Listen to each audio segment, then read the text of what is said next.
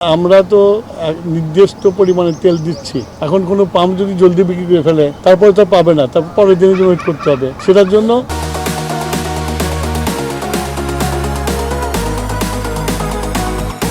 আমরা মনিটর করছি, আমরা দেখব যাতে এরকম কম হয় সেটা দেখবো আমরা। সেটা মানুষের মনের মধ্যে ঢুকতে পারবো না আমরা।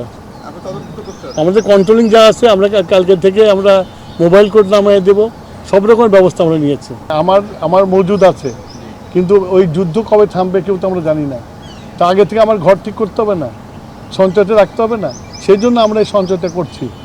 আমাদের আরও 2টো ভ্যাসেল আসছে 9 তারিখে, সুতরাং আমাদের যে শর্টেজ পড়ার কোনো সুযোগ নাই। তারপরেও যেহেতু যুদ্ধ চলছে, তো আমাদেরকে খুব হিসাব করে চলতে হবে। রেশনিংটা কতদিন চলবে এরকম?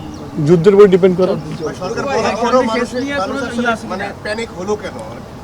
এটা মানুষের এটা মানে আমরা সবাই করি, এটা খালি তো মানুষকে বলে লাভ নেই, সবাই করি যে মজুত করার চেষ্টা করি।